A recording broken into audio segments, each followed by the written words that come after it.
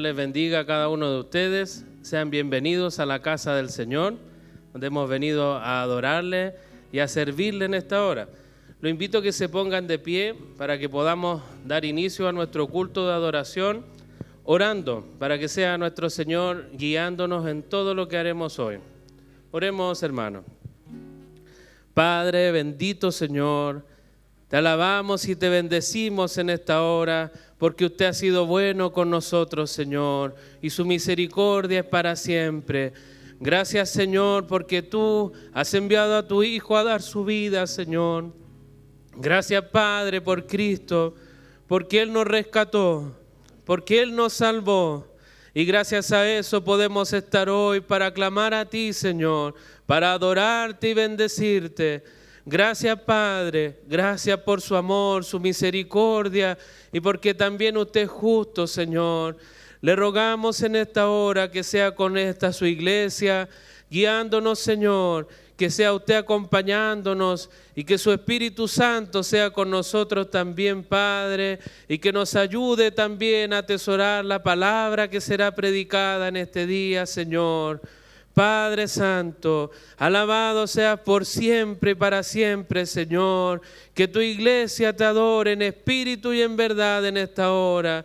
Guárdanos del mal, Señor. Guárdanos, Padre, protéjanos y guíenos en todo lo que haremos en esta hora. Que sea honroso para ti, que nos gocemos en estar delante tuyo. Bendecido sea tu nombre por siempre y para siempre. En el nombre de Jesucristo, nuestro Señor y Salvador. Amén. Amén. Sea el Señor glorificado. Lo invito a que podamos leer todos juntos en la Escritura en Génesis 40. Vamos a leer el capítulo completo. Acá nuestros hermanos nos van a estar apoyando también. Y doy lectura en el nombre del Señor. Después de estas cosas, sucedió que el copero y el panadero del rey de Egipto ofendieron a su señor, el rey de Egipto. Y Faraón se enojó contra sus dos oficiales, contra el jefe de los coperos y contra el jefe de los panaderos, y los puso bajo custodia en la casa del capitán de la guardia, en la cárcel, en el mismo lugar donde José estaba preso. El capitán de la guardia se los asignó a José, y él les servía. Y estuvieron bajo custodia por algún tiempo. Entonces el copero y el panadero del rey de Egipto, que estaban encerrados en la cárcel, tuvieron ambos un sueño en una misma noche, cada uno su propio sueño, y cada sueño con su propia interpretación. Y José vino a ellos por la mañana y los observó, y he aquí estaban decaídos. Y preguntó a los oficiales de Faraón que estaban con él bajo custodia en casa de su señor: ¿por qué están vuestros rostros tan tristes hoy? Y ellos le respondieron: hemos tenido un sueño y no hay nadie que lo interprete. Entonces José les dijo: ¿no pertenecen a Dios las interpretaciones? Os ruego que me lo contéis. Contó pues el jefe de los coperos su sueño a José y le dijo: en mi sueño, he aquí, había una vid delante de mí, y en la vid había 3 sarmientos. Y al brotar sus yemas, aparecieron las flores, y sus racimos produjeron uvas maduras. Y la copa de Faraón estaba en mi mano. Así que tomé las uvas y las exprimí en la copa de Faraón, y puse la copa en la mano de Faraón. Entonces José le dijo: esta es su interpretación. Los 3 sarmientos son 3 días. Dentro de 3 días Faraón levantará tu cabeza, te restaurará a tu puesto, y tú pondrás la copa de Faraón en su mano como acostumbrabas antes cuando eras copero. Solo te pido que te acuerdes de mí cuando te vaya bien y te ruego que me hagas el favor de hacer mención de mí a Faraón y me saques de esta casa. Porque la verdad es que yo fui secuestrado de la tierra de los hebreos y aún aquí no he hecho nada para que me pusieran en el calabozo. Cuando el jefe de los panaderos vio que había interpretado favorablemente, dijo a José: yo también vi en mi sueño, y he aquí había 3 cestas de pan blanco sobre mi cabeza, y sobre la cesta de encima había toda clase de manjares hechos por un panadero para Faraón, y las aves los comían de la cesta sobre mi cabeza. Entonces José respondió y dijo: esta es su interpretación.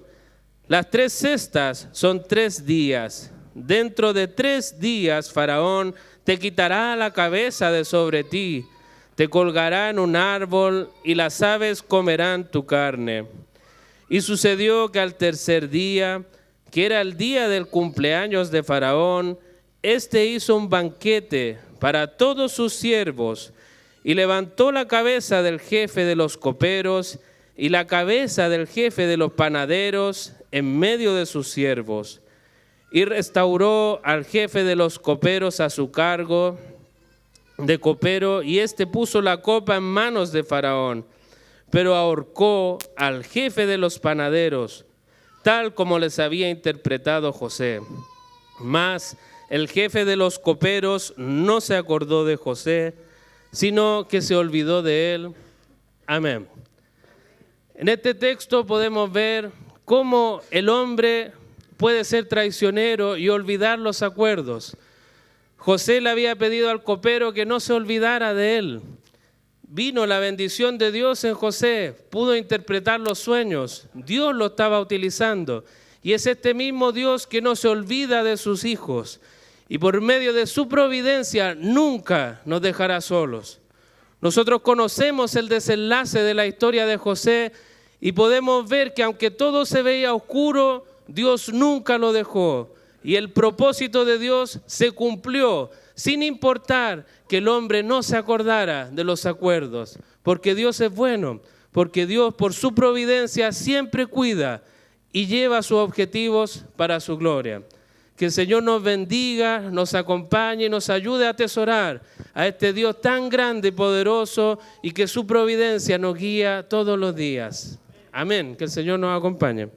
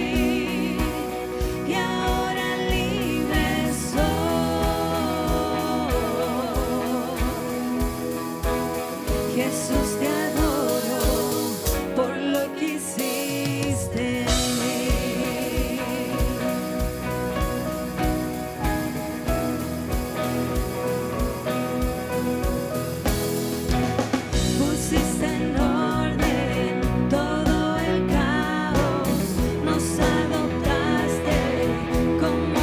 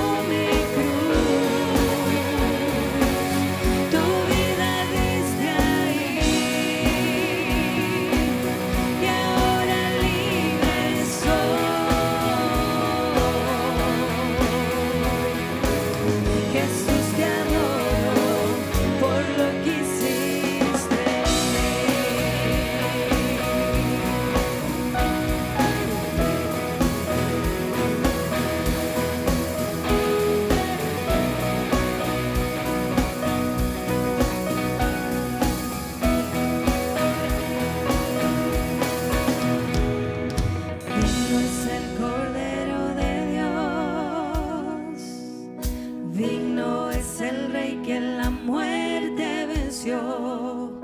Digno es el Cordero de Dios.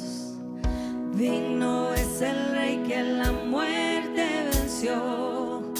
Digno es el Cordero de Dios. Digno es el Rey que la muerte venció. Digno es el Cordero de Dios. Digno, digno. Gracias sublimes. Perfecto es tu amor. Tomaste mi lugar. Cargaste tú mi cruz. Tu vida diste ahí. Y ahora libre soy. Jesús, te adoro por lo que hiciste en mí. Gracias sublimes. Perfecto es tu amor. Tomaste mi lugar. Cargaste tú mi cruz. Tu vida diste ahí. Y ahora libre soy.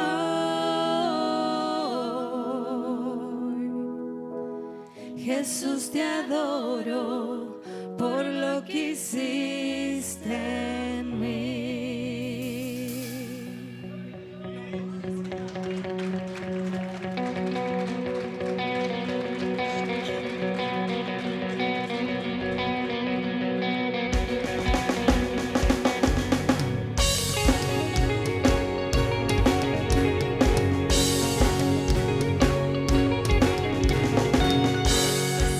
Cordero inmolado en la cruz, quien pagó nuestra redención.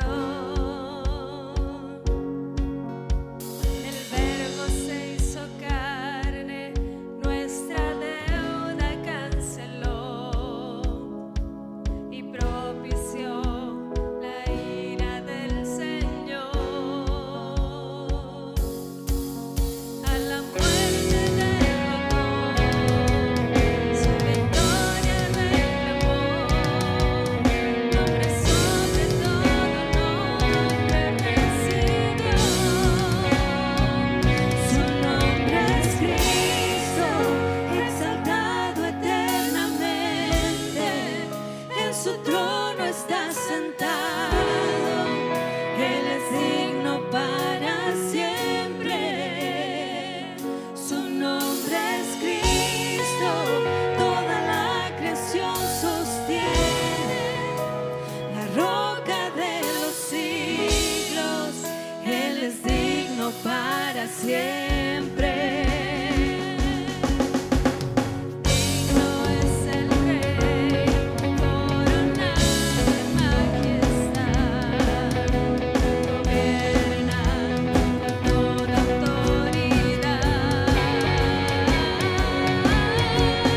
Digno de tomar las riquezas y el poder. Honor y gloria sean por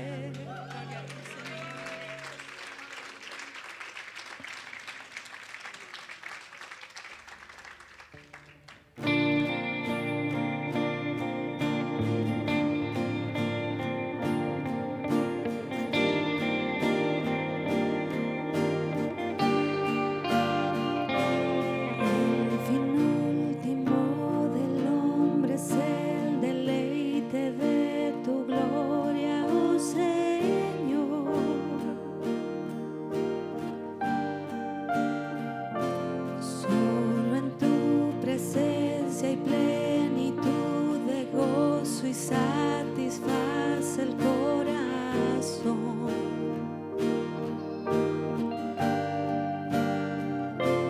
Nada se comparará al valor que hay en ti, tesoro sin igual.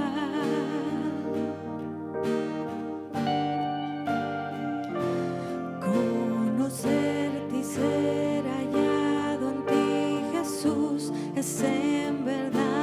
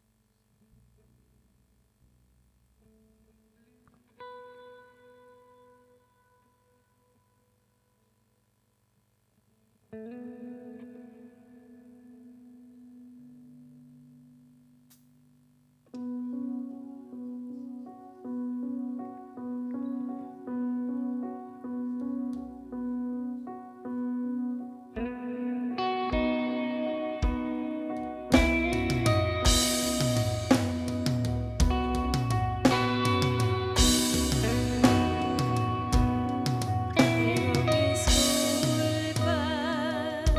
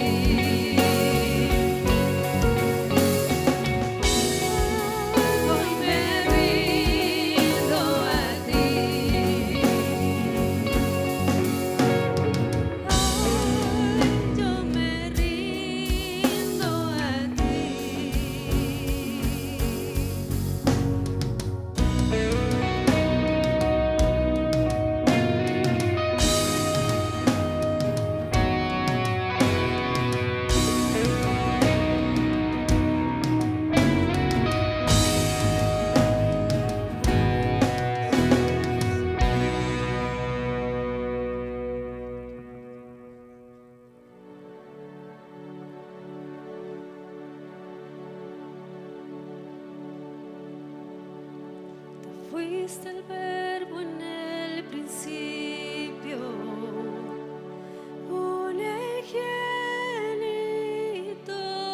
de Dios, el misterio de tu gloria revelado en tu amor. Cuán hermoso su nombre es, cuán hermoso su nombre es, el nombre de Jesús mi Rey. Cuán hermoso es su nombre es, nada se iguala a él. Cuán hermoso es su nombre es, no hay otro nombre.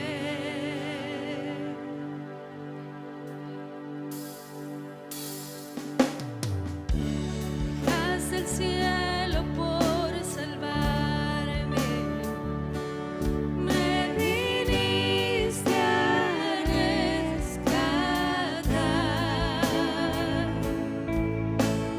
Mi transgresión tú perdonaste,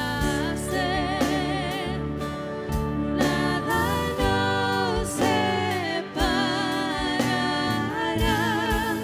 Majestuoso su nombre es, majestuoso su nombre es, el nombre de Jesús mi Rey. Majestuoso su nombre es, incomparable ser. Majestuoso su nombre es, no hay otro nombre. Majestuoso su nombre es, no hay otro nombre.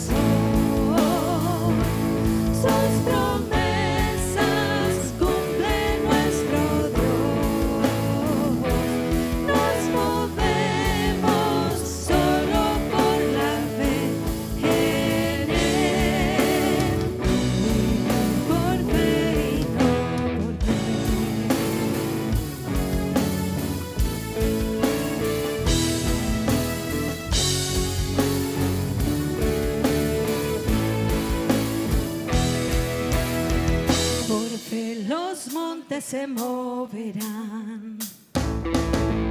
Si la fe permanece en Jesús, el poder del Evangelio librará a todo aquel que confía en Él. Sus promesas como rocas son, sus promesas cumple nuestro Dios. Nos movemos solo por la fe en Él, vivir por fe y no por ver. Sus promesas como rocas son, sus promesas cumple nuestro Dios. Nos movemos solo por la fe en Él, vivir por fe y no por ver. Vivir por fe y no por ver. Vivir por fe y no por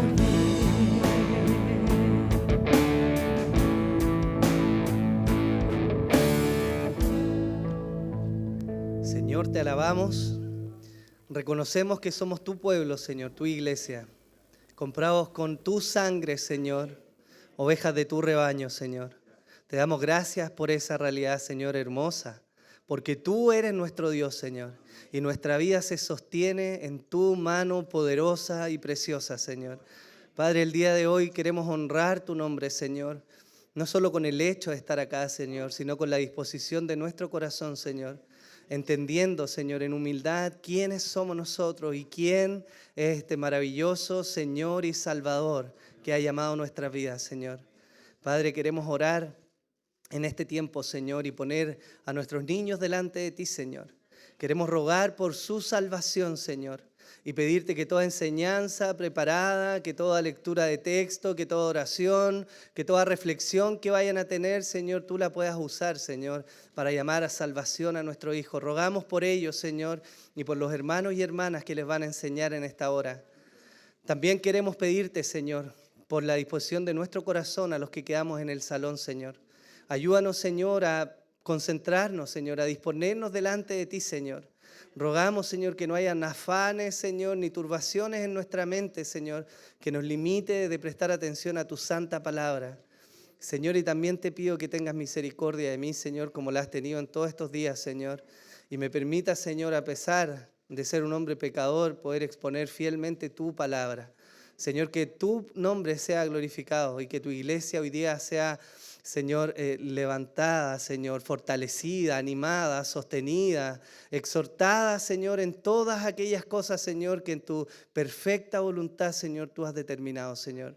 Así que rendimos toda gloria y toda honra a ti en el nombre de Jesús. Amén y amén. Pueden tomar asiento y los niños pueden salir, hermanos.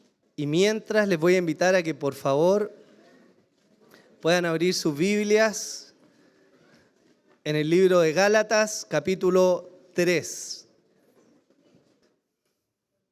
Gálatas, capítulo 3. ¿Lo tiene?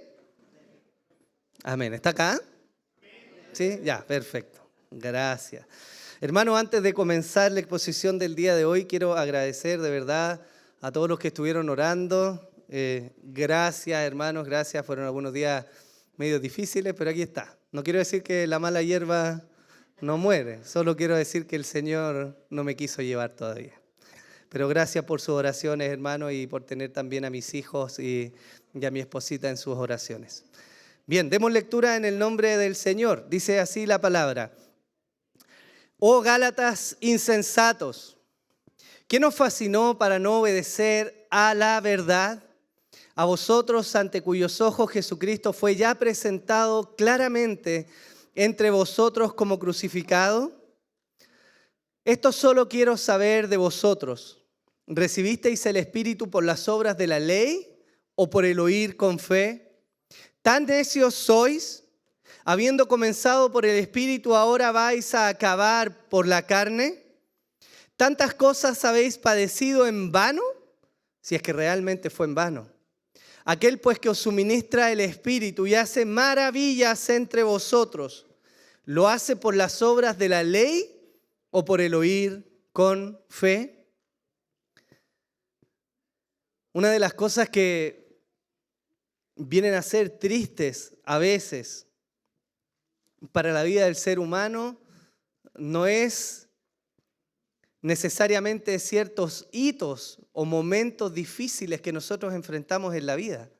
Porque ciertamente usted y yo nos vemos expuestos a luchas, a dificultades, a enfermedades, a tentaciones. Somos presa de nuestro propio corazón en muchas ocasiones que tomamos malas decisiones. Pero hay algo que puede marcar amargamente el testimonio final de nuestras vidas. Y ese algo tiene que ver no con momentos puntuales que vivimos, sino con la forma en que corremos la carrera que Dios ha dispuesto por delante nuestro. Hace algunos meses ya supimos una noticia triste para algunos, quizás a otros se alegrarán y no sé dónde cabe eso, pero hace algunos meses fue conocida no la caída, sino fue públicamente expuesto el pecado de un hermano que era conocido, un conocido predicador, Steve Lawson.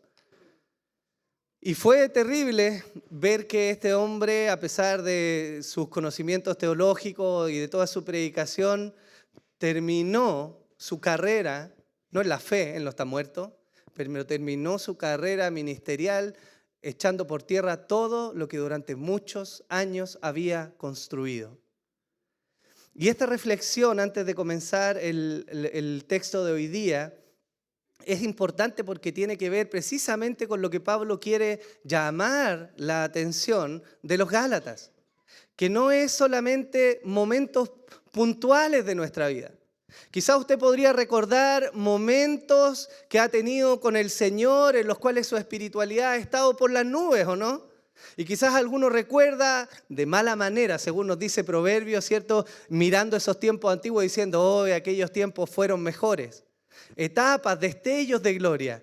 Pero la verdad es que la vida de un creyente no se mide solamente en eventos puntuales o en destellos de una gloria, sino en la continuidad y en la permanencia a lo largo de toda su vida. Eso mide la vida de un cristiano. Y Pablo está sacando a relucir precisamente un aspecto que le preocupa de la vida de los Gálatas.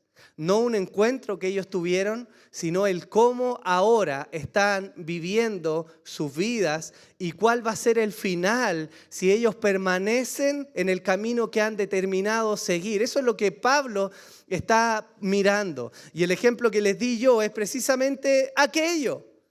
Alguno podría decir, bueno, soy un buen cristiano, me he congregado en algunos momentos, he aportado económicamente, quizás incluso he tomado cursos o he servido, pero hoy día estoy en una pausa activa, ¿cierto? Pero la verdad es que, hermanos, nuestro testimonio a lo largo de la vida va constituyendo, va mostrando, más bien manifestando cuál es el calibre de la fe que hay en nosotros. Y aunque parezca al inicio que esto pueda ser inocuo o que pueda no haber una gran consecuencia de la forma en que hoy vivimos, a lo largo del tiempo hay grandes consecuencias. Quizás alguno de ustedes ha tenido la oportunidad en algún momento de tener esta aventura de construir una casa, su casa propia o estar ahí.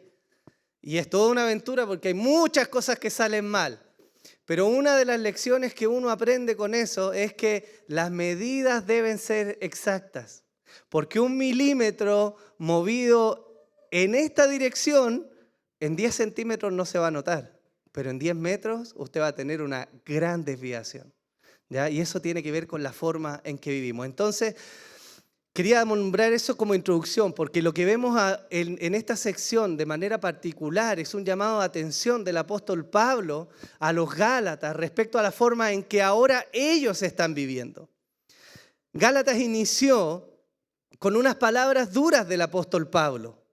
Él argumentó de alguna manera la sorpresa y la maravilla que tenía de haber conocido a estos hermanos que estaban corriendo bien el Evangelio, pero que de un momento a otro fueron perturbados por falsos hermanos que llegaron entre ellos y comenzaron a enseñarles que además del Evangelio, de la gracia de Jesucristo, era necesario cumplir u observar algunas leyes para que así pudieran ser agradables delante del Señor. Estos enemigos de Pablo, estos detractores, expusieron que el apóstol estaba teniendo un llamado no genuino y que él era infiel al verdadero evangelio que había recibido. Entonces lo que hace Pablo, luego de mostrarle a los Gálatas la maravilla que él siente al verlos en esa condición, es defender su apostolado. Y defendiendo a su apostolado, él también entonces defiende la veracidad del evangelio que él recibió. Justo después de eso, el apóstol Pablo expone la realidad de que por las obras de la ley nadie puede realmente ser justificado. Y justo ahí entramos a la sección que vemos ahora, una sección que tiene un asunto medular. Y ese asunto medular es que si la justicia ha venido como fruto de las obras de la ley, entonces en vano murió Jesús. Y él pasa a explicar ahora la consecuencia. Él reprende a los hermanos duramente. Imagínense, él se levanta y le escribe a los hermanos: Gálatas insensatos. Imagínense yo llegara un domingo en la mañana, hermanos, y los saludara y le dijera: tontos, necios. Sería fuerte, ¿no? Pero eso es lo que el apóstol Pablo está haciendo precisamente con los hermanos. Él los está reprendiendo ahora, duramente. ¿Por qué? Porque hay dos cosas que tenemos que mirar como antecedentes por los cuales el apóstol está realmente indignado con estos hermanos. La primera de ellas es que, como él mismo lo dice, Cristo fue claramente presentado ante ellos como crucificado. ¿Qué quiere decir esto? Que el Evangelio de Jesucristo y su entrega como ofrenda para redimir a todos aquellos que confiaban en Él, ya había sido presentado. Pablo ya les había comunicado la verdad del Evangelio. Alguien podría decir, bueno, no hay problema en que el apóstol Pablo tenga que venir a recordarles de nuevo, ¿no? Él mismo en otro lugar dijo, bueno, hermano, no me es gravoso volver a repetirles las mismas cosas y de buena gana lo voy a hacer. Pero ¿por qué Pablo pareciera que ahora está tan indignado con volver a recordarles algo que parece ser el fundamento de la fe? Y esa indignación viene como parte de que él ya les presentó a Jesús. Los Gálatas están cediendo no por falta de conocimiento, sino por falta de carácter. Él ya les enseñó que Jesús fue entregado precisamente para que ellos confiaran en Él como el único que puede traer salvación a sus vidas. Pero ellos se están deslizando. El problema de los Gálatas, hermanos, no es falta de entendimiento entonces. No es un tema que supere sus fuerzas. Es un problema de carácter. Es que la firmeza de su corazón está siendo ahora puesta en otra cosa que no es el evangelio de la gracia de Jesucristo. Y esto es bastante más común de lo que nosotros solemos pensar, hermanos. ¿No habíamos estudiado ya algunas semanas atrás cómo nosotros mismos en muchas ocasiones, por falta de carácter, terminamos traicionando la enseñanza que hemos recibido o no? O esto le pasa a los Gálatas nomás. ¿Nos dice la Escritura que no seamos ásperos con nuestras esposas o no? Pero ahí está, en la práctica, el carácter se va por delante y terminamos quebrantando aquello que sabemos que tenemos que obedecer. De igual manera, para las esposas, ¿no ha dicho el Señor que se deben sujetar a sus esposos? Pero aún así, a pesar de conocerlo, hay algo que nos gana esta batalla, ¿cierto? Y nos hace traicionar aquella enseñanza que hemos recibido. Pablo no solo reprende a los Gálatas en esta sección, sino que además les demuestra algo que después va a mencionar en las epístolas y que tiene que ver con la centralidad de la fe en cómo nosotros nos relacionamos y recibimos toda la buena obra de Dios sobre nuestras vidas. Pero el primer punto, hermanos, para resumirlo, es que Pablo está reclamando a los Gálatas que Cristo ya fue presentado delante de ellos. No hay algo novedoso, no hay algo que no se les enseñó, no hay algo que les faltara haberles comentado. No es que ellos están siendo movidos porque una nueva enseñanza apareció, algo que Pablo no les había comentado. No, ellos son responsables de obedecer aquello que habían recibido. Y lo segundo que tiene indignado al apóstol Pablo es precisamente el tema de alguna manera central de lo que vemos hoy día, y es la forma en que ellos están corriendo.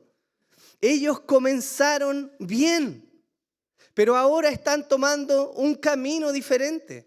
Y Pablo va a hacer una serie de contrastes para mostrarle a los Gálatas por qué el camino que están tomando es un camino incorrecto. Él lo va a hacer a través de una serie de preguntas retóricas. Es decir, él no está esperando respuesta a estas preguntas. Él está esperando que los Gálatas mediten y reflexionen en sí mismos en la respuesta de estas preguntas. Por ejemplo, en el versículo 2, Pablo les pregunta, ¿recibiste el Espíritu por las obras de la ley o por el oír con fe? En el versículo 3 les vuelve a increpar y les dice, ¿tan necios sois? Después vuelve a preguntar en el versículo 3, habiendo comenzado por el Espíritu, ¿ahora vais a acabar por la carne? En el versículo 4 vuelve a preguntar y les dice, ¿tantas cosas habéis padecido en vano? Y termina preguntándoles de nuevo, aquel que les suministra el Espíritu, dice, ¿lo hace por las obras de la ley o por el oír con fe?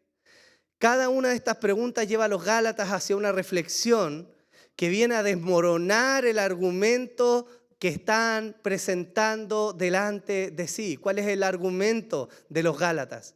De que ahora las obras de la ley son también necesarias para caminar en el Evangelio de Jesucristo. Y Pablo lo que está viendo es que ese no es el camino que les había enseñado. ¿Por qué están corriendo mal? Porque habiendo iniciado con una fe genuina, ahora están apoyando el continuar esta carrera en las obras de la ley y no en la fe. El problema de esto es que la vida de fe, hermanos, no tiene que ver con un momento puntual. La vida de fe no es una declaración, no es levantar la mano y decir, Señor, te recibo en mi corazón, estoy listo, caminamos. La vida de fe es práctica y se vive todos los días de la vida del creyente.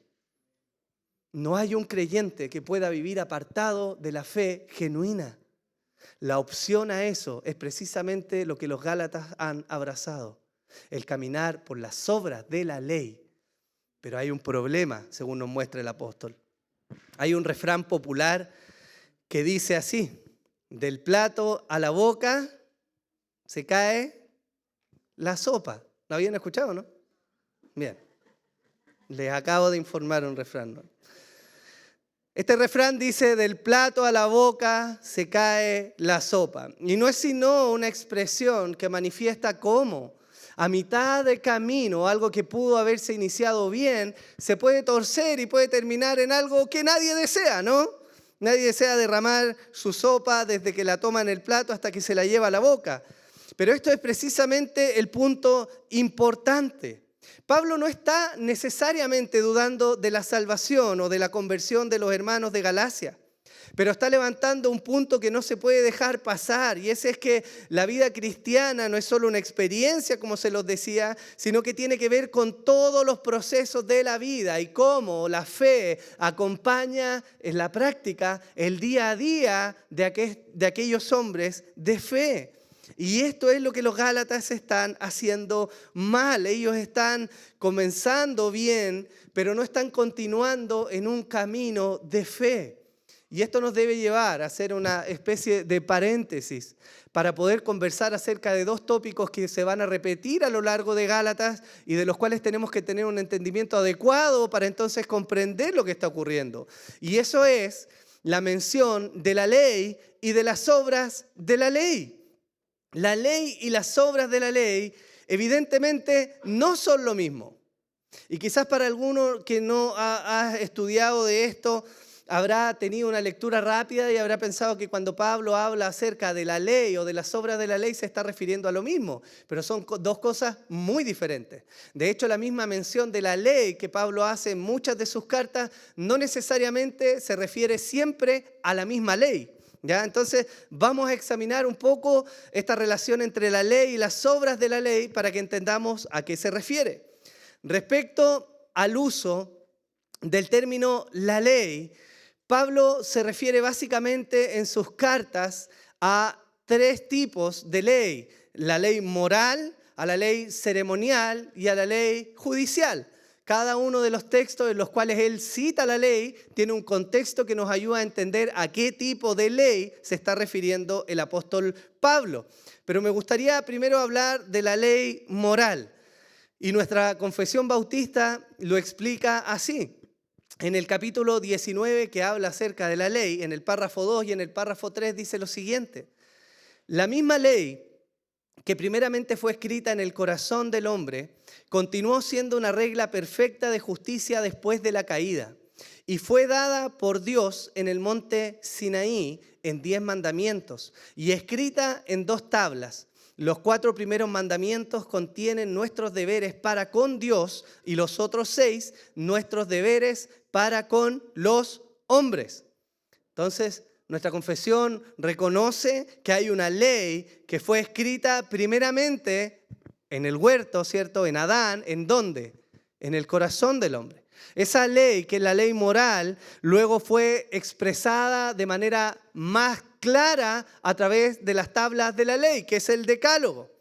El párrafo 3 del mismo capítulo 19 nos lo dice así: además de esta ley, comúnmente llamada ley moral, agradó a Dios dar al pueblo de Israel leyes ceremoniales que contenían varias ordenanzas típicas, en parte de adoración, prefigurando a Cristo, sus virtudes, acciones, sufrimientos y beneficios, y en parte proponiendo diversas instrucciones sobre los deberes morales.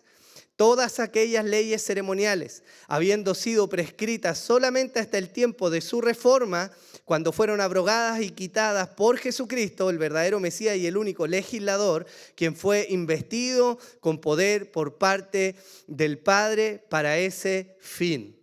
Es decir, esta ley moral se encuentra escrita en el corazón de cada uno de los seres humanos.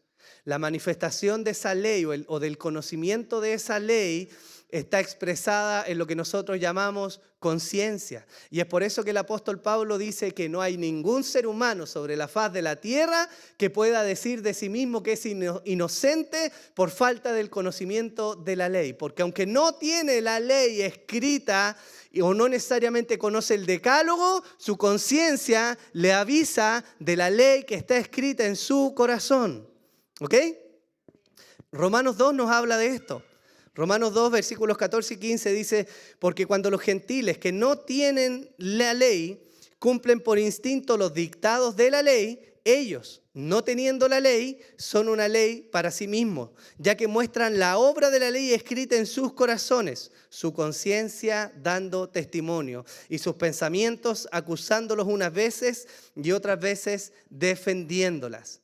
La importancia de las menciones de la ley moral son muchas, hermanos, y es un tema mucho más amplio de lo que podemos tratar en este sermón. Sin embargo, es importante mencionar una cosa respecto a esta ley moral, que esta ley moral no ha perdido ni su vigencia ni su importancia para el pueblo de Dios, y eso es muy importante, ¿ya? De hecho, diferencia la ley moral y su permanencia a lo que son las leyes judiciales y las leyes ceremoniales, ¿ya? Entonces Pablo en algunas ocasiones cita la ley moral en sus textos y en otras ocasiones cita o la ley judicial o la ley ceremonial. La ley ceremonial, que es particularmente importante en el libro de Gálatas, ¿ya? ¿Por qué? Porque la ley ceremonial es aquella que pedía, por ejemplo, la circuncisión, ¿ya? Y es algo de lo que Pablo está luchando con los Gálatas para que ellos entiendan que esta ley de manera particular no corre, ni tiene vigencia, ni es un requisito para la salvación de los Gálatas. Por eso estoy haciendo todo este preámbulo de la ley, ¿ya? Un ejemplo del uso de esta ley está en Gálatas 5, versículos 2 y 3, cuando dice: mirad, yo Pablo, os digo que si os dejáis circuncidar, Cristo de nada os aprovechará. Y otra vez testifico a todo hombre que se circuncida que está obligado a cumplir toda la ley. ¿De qué ley nos está hablando ahí? No está hablando de la ley moral, está hablando de la ley ceremonial. Perfecto, bien. Este es el cumplimiento de esta ley, es lo que los detractores de Pablo están promoviendo. Ellos no están abogando en las iglesias de Galacia, de que los hermanos sigan cumpliendo, tengan en su mente la ley moral. Ellos están con su mente puesta en la ley ceremonial, ¿ya? Eso es lo que ellos están haciendo. Ahora, la ley es una cosa, pero las obras de la ley son otra cosa. Y las obras de la ley, esta expresión, hermanos, se refiere a las obras que emanan de la exigencia de la ley. Usted dice, ¿qué quiere decir esto? La ley, por ejemplo, la ley moral, nos dice que debemos amar al Señor nuestro Dios, ¿o no? ¿Lo dice o no? Bien, la obra de la ley viene siendo el cumplimiento de este mandamiento. ¿Cómo? Expresamos el amor a nuestro Dios. Por ejemplo, ¿cómo lo expresamos? Reuniéndonos en su día para tributarle la adoración que Él merece. El venir acá hoy día, el presentarnos delante de Él, el disponer nuestro corazón, el elevar cánticos, el entregar de lo que Él nos ha dado, el guardar reverencia, el celebrar las ordenanzas, es una manifestación, es una obra de la ley. ¿Se entiende? Es lo que viene como resultado cuando yo obedezco esa ley. Por lo tanto, son dos cosas diferentes y es importante hacer esta distinción. Porque lo que Pablo está atacando es precisamente el cómo estos hermanos están siendo seducidos para, de alguna manera, quitar la fe de su lugar y poner las obras de la ley, es decir, su cumplimiento, como algo que Dios está avalando. Y ahí viene precisamente el error. ¿Qué más podemos decir de esto? Tenemos que recordar algo, hermanos. La Escritura nos dice que la ley es buena. Amén. La ley es buena. La ley no es mala. Y como cristianos, lo vimos al inicio de esta serie. De hecho, justo antes de comenzar esta serie, vimos que la ley tiene un buen propósito. Primera de Timoteo capítulo 1, versículo 8 lo dice así. Pero nosotros sabemos que la ley es buena. ¿Cómo? Si se usa legítimamente.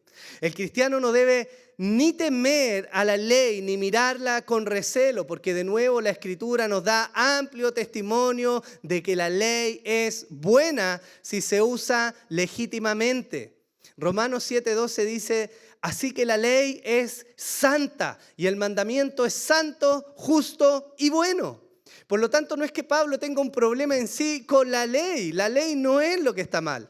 Es el uso de esa obediencia que la ley demanda, aquello que Pablo está poniendo en la mira de los Gálatas, porque eso, como lo vamos a ver un poco más adelante, es lo que mueve nuestro corazón de la genuina adoración a un acto religioso, frío y vacío que no honra a Dios. ¿Ok? ¿Me sigue hasta acá? Perfecto. Otra cosa que debemos prestar atención es el uso civil de la ley, o más bien a algo que los teólogos han denominado el triple uso de la ley. Y este triple uso de la ley se refiere precisamente a cómo la ley sigue no solo vigente, sino que tiene aplicaciones piadosas para la vida de los creyentes. Y en particular hay tres usos de la ley, que son el uso civil, el uso pedagógico y el uso normativo. El uso civil, tenemos una mirada de esto en 1 Timoteo capítulo 1, versículos 9 y 10, que nos da una aclaración justo después de que nos dice que la ley es buena. Porque nos dice reconociendo esto, que la ley no ha sido instituida para el justo, sino para los transgresores y rebeldes, para los impíos y pecadores, para los irreverentes y profanos, para los parricidas y matricidas, para los homicidas, para los inmorales, homosexuales, secuestradores, mentirosos, los que juran en falso y para cualquier otra cosa que es contraria a la sana doctrina. La ley tiene un uso civil. Nuestra Constitución hoy día, más o menos tergiversada, guarda fundamentos de la ley de Dios. Como por ejemplo que usted no puede andar por la calle matando a cualquier persona que se le cruce por delante, ¿o no? ¿No tiene una sanción expresada nuestra ley civil? Bueno, la ley tiene un uso que es precisamente ayudar a restringir la maldad y a permitir que de alguna manera pueda florecer la humanidad en medio de un pueblo o de un mundo que está caído y afectado por el pecado. Ese es un primer uso de la ley. Pero hay un segundo uso de la ley y que es un uso pedagógico. Romanos 3:20 dice, porque por las obras de la ley ningún ser humano será justificado delante de él, pues por medio de la ley viene el conocimiento del pecado. El uso pedagógico de la ley se refiere a que la ley es capaz de mostrarnos quiénes somos nosotros.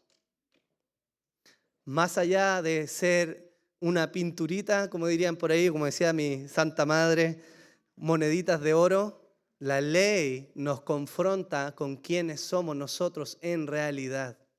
Porque en aquello que demanda de nosotros, que amemos al Señor, nuestro Dios, con toda nuestra fuerza, con toda nuestra mente, todos los días de nuestra vida, nos hallamos que fallamos, que no cumplimos el estándar de esa ley, que aún hay mentira en nuestros labios muchas veces, que aún hay envidia y codicia en nuestro corazón. Por lo tanto, la ley tiene un uso pedagógico. Nos confronta y nos muestra que no estamos cumpliendo el estándar santo de Dios. Y una vez que nos muestra quiénes somos en realidad, nos empuja a mirar a alguien a quien necesitamos ver, que es Jesús. Gálatas 3:24 dice, de manera que la ley ha venido a ser nuestro ayo para conducirnos a Cristo, a fin de que seamos justificados por la fe. La ley no solo te va a apalear, no solo te va a golpear y a mostrar que no eres digno de intentar siquiera levantarte delante de Dios por tus propios méritos. La ley además te va a mostrar de que eres incapaz, pero de que hay uno que es perfecto y que vivió una vida perfecta de obediencia y que se entregó perfectamente en amor por ti y por mí. Eso es lo que hace la ley también en su uso pedagógico. Pero además, la ley tiene un uso normativo. La ley sirve como una guía de gratitud y santidad para los creyentes, mostrándonos cuál es el estándar bajo el cual debemos caminar. Mateo 5:17, un texto muy conocido, el Señor dijo, no penséis que he venido para abolir la ley o los profetas, no he venido para abolir, sino para cumplir. Esta ley moral no ha perdido su vigencia. El ser cristiano no nos habilita para dejar de cumplir la ley. La diferencia es que ahora el castigo o el juicio por no cumplir aquella ley no está sobre nosotros, sino sobre nuestro Salvador. Sin embargo, el mismo estándar se cumple o no. ¿No desea Dios que le amemos? ¿No desea Dios que los hijos honren a los padres? ¿No desea Dios que no codiciemos, que no matemos, que no mintamos? Por lo tanto, esa ley no ha perdido vigencia. Es el castigo del incumplimiento de esa ley lo que ha sido quitado de nosotros y puesto sobre nuestro Señor Jesús. Pero esto quiere decir que la ley también nos sirve como un carril, como un estándar, una guía sobre la cual debemos vivir.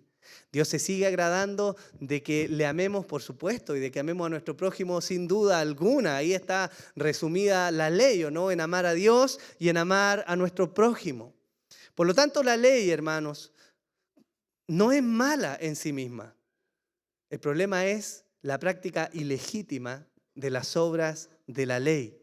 Hermanos, si la ley es buena cuando se le usa legítimamente, ¿no deberían ser, por consecuencia lógica, también buenas las obras de la ley? Y la respuesta es claro que sí. Obviamente que sí. Si la ley es buena, entonces el obedecer la ley es por consecuencia bueno, ¿o no? Pero hay un problema. He aquí el meollo del asunto. Que en aquello que practicamos las obras de la ley, que en aquello que cumplimos lo que la ley demanda, es precisamente donde fallamos. Y la buena intención santa se tuerce y termina deshonrando a aquel que nos ha llamado al cumplimiento de la ley. ¿Cuál era el problema de los Gálatas? El problema era precisamente que ellos habían perdido el rumbo y habían desplazado el correcto lugar de las obras de la ley en su cristianismo y habían sustituido la fe. Miren lo que Jesús enseñó sobre la necesidad de obedecer esta ley. Mateo 22, del 36 al 40, dice: Maestro, ¿cuál es el gran mandamiento de la ley? Y él le dijo: amarás al Señor tu Dios con todo tu corazón y con toda tu alma y con toda tu mente. Este es el grande y el primer mandamiento. Y el segundo es semejante a este: amarás a tu prójimo como a ti mismo. De estos dos mandamientos dependen toda la ley y los profetas. El problema se encuentra cuando el hombre utiliza las obras de la ley, es decir, esta obediencia como para ganar algo de parte de Dios. Y el Señor confrontó en su momento a los fariseos respecto a esto. Y les habló respecto al cumplimiento de la ley, pero de manera particular, ellos, siendo muy celosos de guardar la ley ceremonial, vulneraron también la ley moral. El Señor les dice en Mateo 23, ¡ay de vosotros, escribas y fariseos hipócritas! Porque pagáis el diezmo de la menta, del eneldo y del comino, y habéis descuidado los preceptos de más peso de la ley, la justicia, la misericordia y la fidelidad. Y estas son las cosas que debíais haber hecho sin descuidar aquellas. Guías ciegos, que coláis el mosquito y os tragáis el camello. ¡Ay de vosotros, escribas y fariseos hipócritas! Porque limpiáis el exterior del vaso y del plato, pero por dentro estáis llenos del robo y de desenfreno. Fariseo ciego, limpia primero lo de dentro del vaso y del plato para que lo de fuera también quede limpio. Ay de vosotros, escribas y fariseos hipócritas, porque sois semejantes a sepulcros blanqueados, que por fuera lucen hermosos, pero por dentro están llenos de huesos de muertos y de toda inmundicia. Así también vosotros, por fuera parecéis justos a los hombres, pero por dentro estáis llenos de hipocresía y de iniquidad. Ay de vosotros, escribas y fariseos hipócritas, porque edificáis los sepulcros de los profetas y adornáis los monumentos de los justos y decís, si nosotros hubiéramos vivido en los días de nuestros padres, no hubiéramos sido sus cómplices en derramar la sangre de los profetas. Así que dais testimonio en contra de vosotros mismos, que sois hijos de los que asesinaron a los profetas. El Señor llama la atención duramente de los fariseos, no porque el obedecer aspectos de la ley estuviera mal, sino porque su corazón está inclinado de manera incorrecta en la ejecución del cumplimiento de la ley. Hermanos, eso es fácil que nos pase a nosotros, ¿o no? Ese es el problema. Tomar la obediencia como si eso presentara para nosotros algún avance delante de Dios. Jonathan Edwards decía, yo debo arrepentirme incluso de la forma en que me arrepiento delante del Señor. Porque aún en eso nuestro corazón religioso e idólatra muchas veces cumple como si eso bastara. Pero es importante guardar el correcto corazón, hermanos, en la medida en que cumplimos obediencia a la ley del Señor o a lo que Él nos ha pedido. Amén. Ahora, vamos al hueso de esto. El asunto de la fe versus las obras de la ley. Para hacer notar su punto, hermanos, el apóstol Pablo utiliza una serie de preguntas retóricas, como yo les había dicho, que tienen como finalidad hacer reflexionar a los Gálatas, pero además traer una comparación entre la ley, las obras de la ley y la fe correctamente. Luego de la reprensión del verso 1, el apóstol rápidamente le dice a los Gálatas: ¿ustedes recibieron el Espíritu por las obras de la ley o por el oír con fe? Esa es la pregunta que primero hace el apóstol Pablo. ¿Cómo? Díganme ustedes, ¿cómo llegaron a la convicción de que Jesucristo fue realmente entregado por ustedes? ¿Cómo ganaron ese favor de Dios? ¿Cómo recibieron el Espíritu Santo? ¿Cómo? ¿Fue por obedecer? ¿Fue por cumplir? ¿Fue por llegar a un estándar? ¿O fue por tener fe? La respuesta era lógica. El apóstol Pablo no esperaba una respuesta de ellos. Evidentemente era por la fe, ¿o no? Pero ellos se habían desviado. Esto debiera ser determinante para el argumento de Pablo. Los hermanos de Galacia eran un testimonio de cómo el Señor había llamado a salvación aún entre los gentiles. Cómo el Señor los había llamado. Por la predicación del Evangelio y por la respuesta afirmativa de estos gentiles a la fe de nuestro Señor Jesucristo. El apóstol Pedro nos ayuda a apreciar esta realidad. En Hechos 10:34 se nos dice así: entonces Pedro, abriendo la boca, dijo: ciertamente ahora entiendo que Dios no hace acepción de personas, sino que en toda nación el que le teme y hace lo justo le es acepto. Esto es cuando el apóstol Pedro estaba meditando, ¿cierto? Y desciende ese lienzo del cielo y él ve animales inmundos y el Señor le dice: oye, no llames inmundo lo que yo he limpiado. Y después le dice: van a venir a buscarte, y llegan a buscarlo, que era un hombre Cornelio, ¿cierto? Toda esa sección, Pablo llega a concluir esto y dice: ahora entiendo, ¿cierto?, que Dios no hace acepción de personas. Y después ahí mismo, adelante en el texto, se nos dice, desde el versículo 44, mientras Pedro aún hablaba estas palabras, el Espíritu Santo cayó sobre todos los que escuchaban el mensaje y todos los creyentes que eran de la circuncisión, que habían venido con Pedro, se quedaron asombrados, porque el don del Espíritu Santo había sido derramado también sobre los gentiles. ¿Quiénes eran estos gentiles que habían recibido el Espíritu Santo? Era Cornelio y algunos que estaban con él. ¿Y quién era Cornelio? Era de la guardia romana. Es decir, no era un judío. Es decir, no habían obras de la ley a su favor. Él no había guardado los ritos, no se había circuncidado, no era ferviente en lavarse las manos antes de cada comida, ¿cierto? No se golpeaba el pecho. No era un hombre que participaba activamente en las obras de la ley, particularmente de la ley ceremonial. Y aún así, el Espíritu Santo vino sobre él. Pedro lo sabía. Pablo también lo sabía. Él llegó a predicar el Evangelio y anunció entre estos hermanos y estuvo con ellos, hermanos gentiles, hermanos que no venían necesariamente de un trasfondo judío. Y eso quiere decir que no tenían obras de la ley a su favor.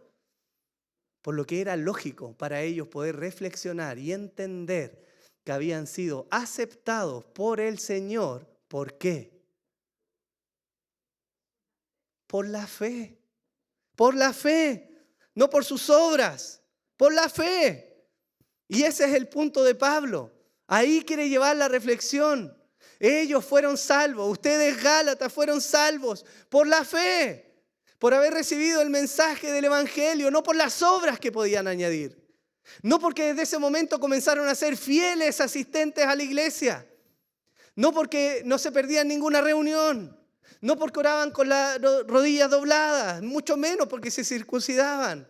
Era simplemente por la fe. De ahí viene la reprensión de Pablo. Él con sorpresa les dice: ¿tantas cosas habéis padecido en vano? Si es que realmente fueron en vano. Y no sabemos, hermanos, a ciencia cierta qué pudieron haber experimentado los Gálatas. Podríamos aventurarnos a decir que, bueno, para todo cristiano, y eso nunca perdió vigencia, el sufrimiento y el desafío en esta vida es algo que se nos ha entregado.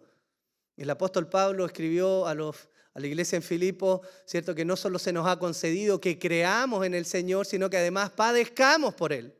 Lo que quiere decir que el padecimiento no es ajeno a todo cristiano. Al contrario, deberá ser parte de la experiencia de la vida para usted y para mí. Pero no sabemos si ellos sufrieron. Este padecimiento también puede haber sido cualquier cosa buena que ellos hayan experimentado o que hayan recibido. Pero todo eso estaba en peligro. Pablo usa las palabras, tantas cosas habéis padecido en vano, como una forma de mostrarles de que si ellos persisten en caminar esta ruta que emprendieron, es decir, ya no dependiendo de la fe, sino basada en las obras de la ley, entonces toda esa experiencia previa había sido en vano. Eso es lo que Pablo está diciendo. Y no está hablando de perder la salvación, no.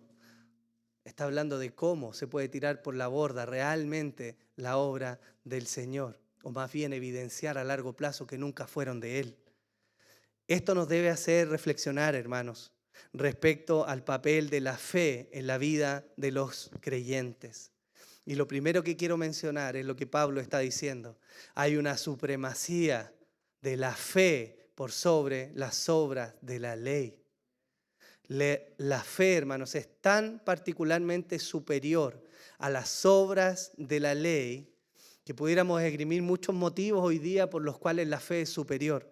Pero quiero solamente concentrarme en uno, que debería ser suficiente para nosotros como para considerar la fe mucho más excelente por cualquier mérito que nosotros pudiéramos aportar en nuestra vida cristiana.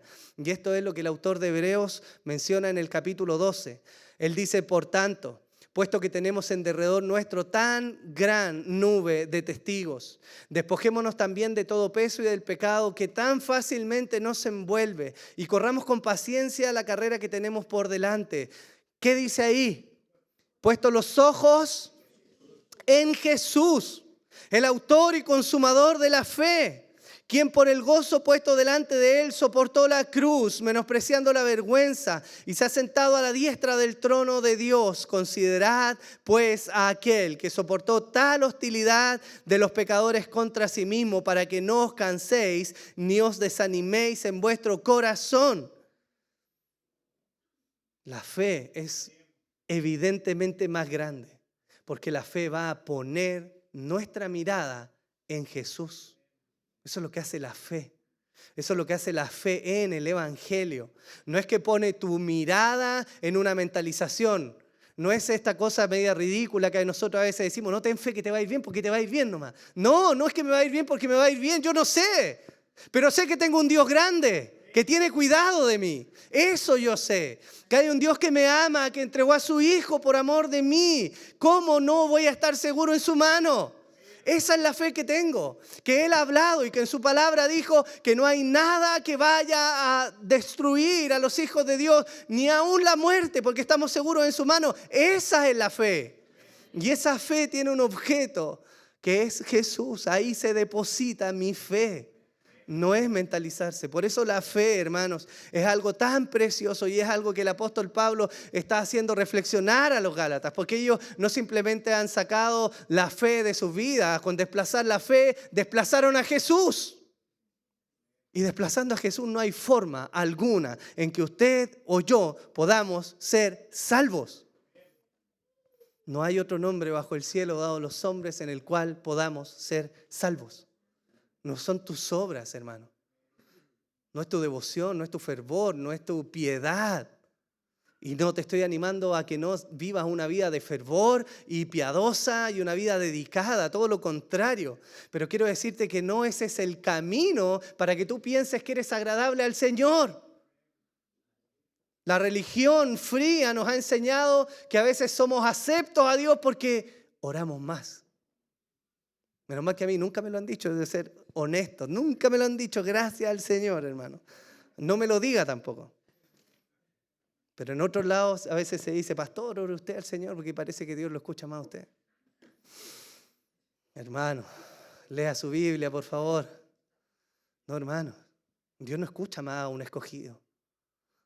Se nos ha dispuesto a todos la misma fe en algún sentido, otros tienen más fe, pero a todos se nos abrió el mismo camino para llegar al Padre, ¿no?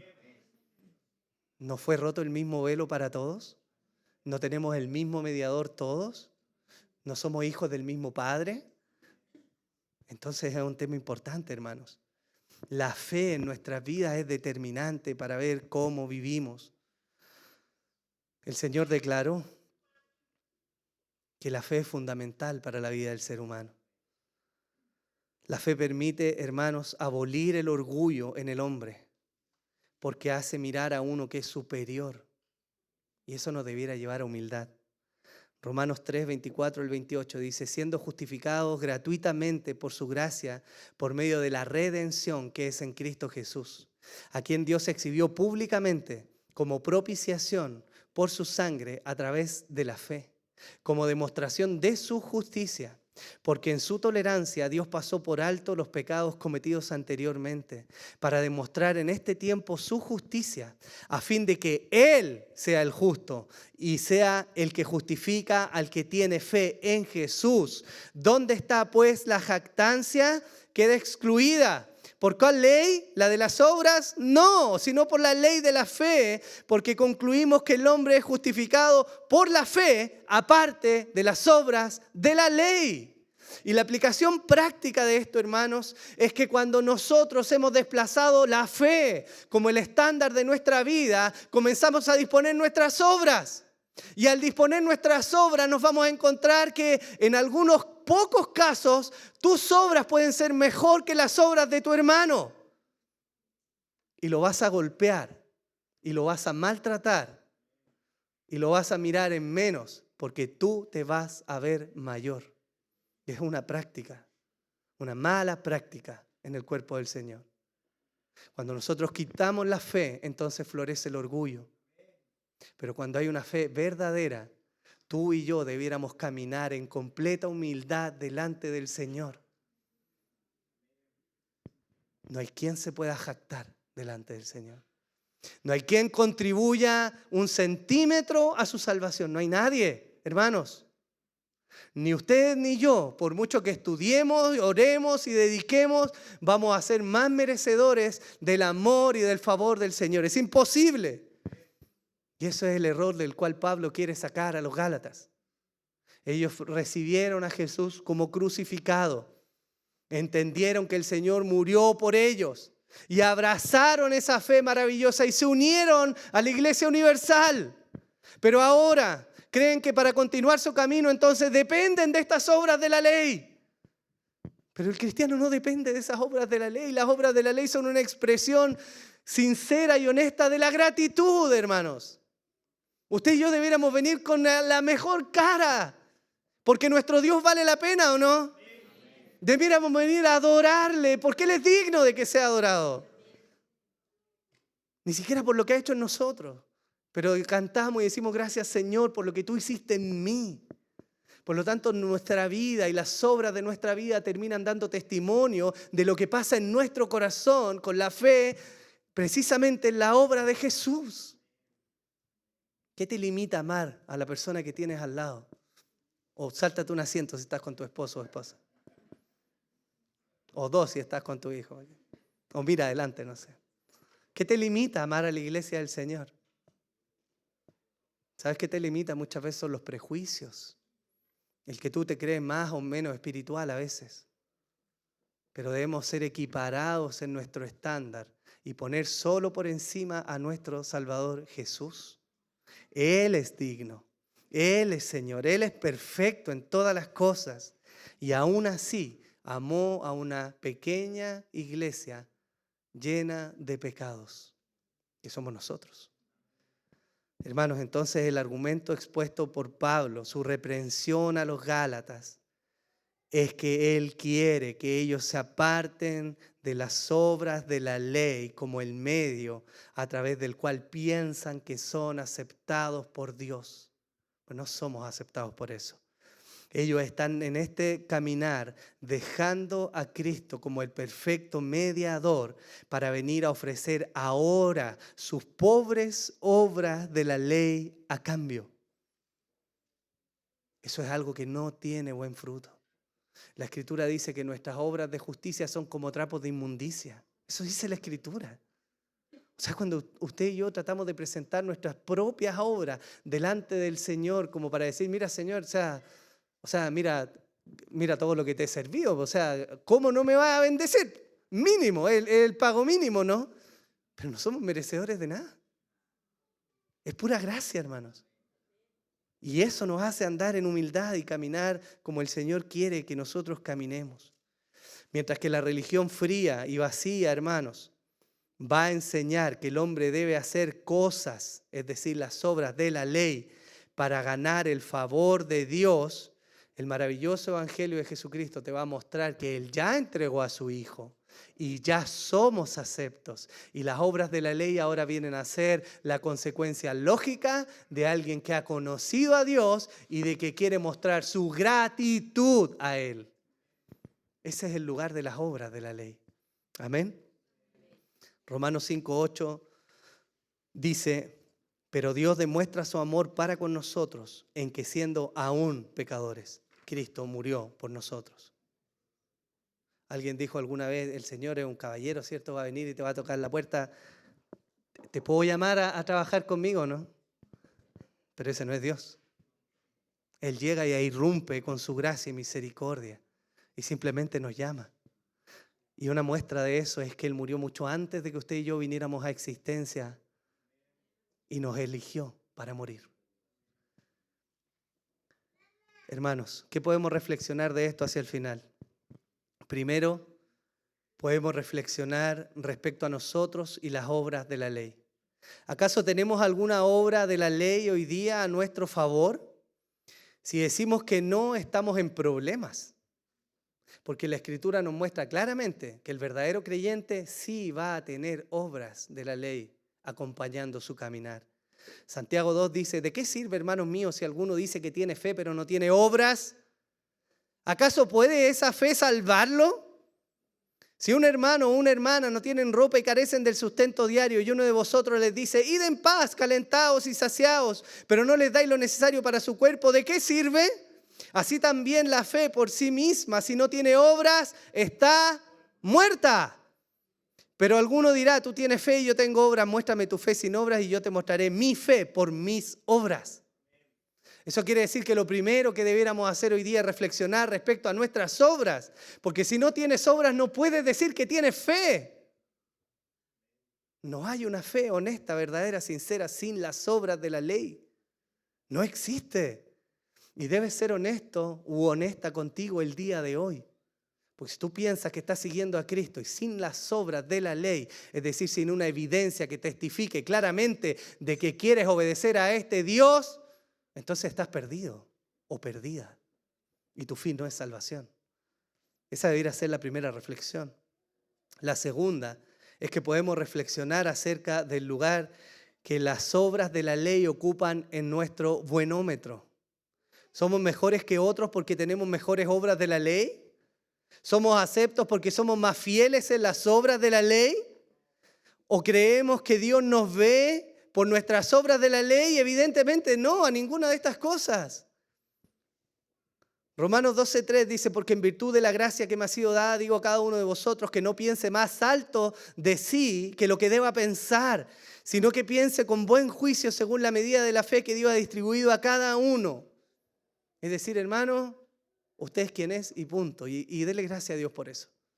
No se crea la última chupada del mate, coloquialmente hablando, ¿no? Usted es quien es y punto. Y si usted algún día quiere venir a presentarle a alguien todo su servicio y mostrarle todas sus jinetas, acuérdese que el Señor le dijo a sus apóstoles, que difieren mucho de nosotros cuando hayan hecho todo: siervos inútiles somos, gracias. Esa es una forma de aplacar el orgullo en nosotros. En tercer lugar y por último, debes examinar el estado de tu fe. ¿Es tu fe lo suficientemente viva como para hacerte mirar con deseo y devoción a tu Salvador? La fe te va a hacer mirar a Jesús. Y una buena forma de medir el estado de tu fe el día de hoy es que mires dentro de ti y veas quién es Jesús para ti. ¿Qué es su palabra para ti el día de hoy? ¿Es algo viejo? ¿Es algo fome? ¿Es algo apartado de la realidad de tu vida? ¿O el Señor y Salvador es alguien por quien vibras, alguien a quien deseas conocer, alguien a quien quisieras tomarle la mano y conversar con Él? Porque ese es el estado de nuestra fe. Y hay tiempo, mientras haya vida, para poder humillarnos delante del Señor y rogar que nuestra fe sea realmente genuina. No somos espectadores en medio de este mundo caído, hermanos. No somos quienes están puestos para solamente mirar la maldad de afuera. Somos puestos como sal y luz. ¿O no? No debiéramos salar, no debiéramos iluminar, no debiéramos llevar esperanza, no debiéramos mostrar la gloria de nuestro Salvador y lo hermoso que es Él. Pero eso se va a dar cuando haya una fe genuina y viva en nosotros. Hermanos, luchar contra el pecado es difícil en algún sentido, pero es fácil cuando estamos mirando al Señor. Y ese debería ser el caminar de cada uno de nosotros. Póngase en pie, por favor. Vamos a cantar, hermanos, una última canción.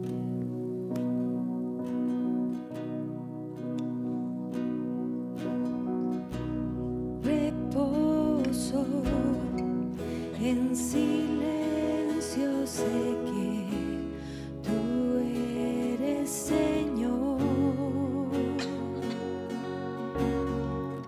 Al estar en tu presencia sé que hay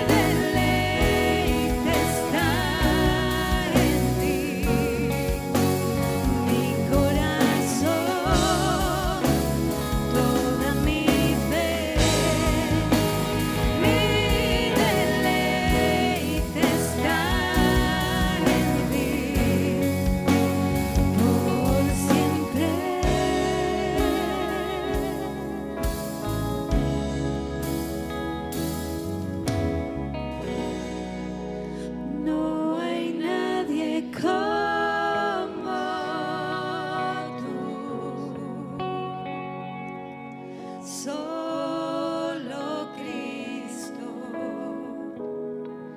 moriste por mí en la cruz. Viviré para alabar. Señor, te adoramos y te damos gracias por tu misericordia, Padre. Y ahora que estamos ya por terminar este culto, Señor, queremos tener también presente a nuestros hermanos que están pasando dificultades, Señor, en su salud, Señor. Por nuestro hermano Guillermo, que está quizás en sus últimos días, Señor, queremos pedirte de manera especial que pueda fortalecer a nuestra hermana Carmen, Señor, que lo cuida. Dale fuerza, bendícela, acompáñalo, afirma su corazón, Señor. Señor, si tú has determinado llamar a nuestro hermano a tu presencia, Señor, rogamos tu gracia, Señor, y que también nos permitas estar ahí y acompañar, Señor. Por nuestra hermana Rosy, Señor, por nuestro hermano Raúl, Señor, queremos pedir de manera especial también, Señor. Y te doy gracias, Señor, por poder verles y ver que les sostienes y les levantas, Señor. Solo te pido, Señor, que les sigas sosteniendo, que sigas avivando sus corazones, Señor, y que también les des salud a sus cuerpos, Señor. Señor, no nos olvidamos de nuestra hermana Alvarita, de la Valentina, Señor, de nuestra hermana Elizabeth, de nuestra hermana Elena, de la Romy, Señor, y en especial de la familia de nuestro hermano Juan Aros, Señor, que han tenido la pérdida de su mamita, Señor. Queremos pedirte que en estos días difíciles, Señor, después de aquello, tú les puedas consolar y sostener y sea más palpable para ellos, Señor. Bendíceles, fortaléceles, dales gracias, Señor. También oramos por Reinaldo, Señor, y pedimos que tu gracia le pueda alcanzar una vez más, Señor, y le puedas sostener en medio de todos los tratamientos, Señor. También por Catalina, Señor, para que ella te pueda conocer a ti, Señor, y pueda ordenar su vida, Señor. Así que te damos gracias por este tiempo, Señor, y yo solamente quiero orar por la bendición para mis hermanos, Señor, para tu iglesia, Señor. Y pido, Señor, y te ruego que les acompañes, que les bendigas, que tu gracia y misericordia sean con ellos cada uno de los días que vienen por delante, Señor. Que tu buen Espíritu Santo, Señor, les recuerde tu palabra y les anime, Señor, a vivir para tu gloria. Señor, bendice a tu iglesia, sosténla, fortalécela, levántala y manténla limpia, Señor. Purifica a tu pueblo, Señor. Purifícanos a nosotros, te lo ruego, Señor. Damos gracias por tu cuidado en el nombre de Jesús. Amén y amén. Bien, hermanos. Hemos terminado nuestro culto, solo quedan algunos avisos, así que el Señor los bendiga. Puede tomar asiento.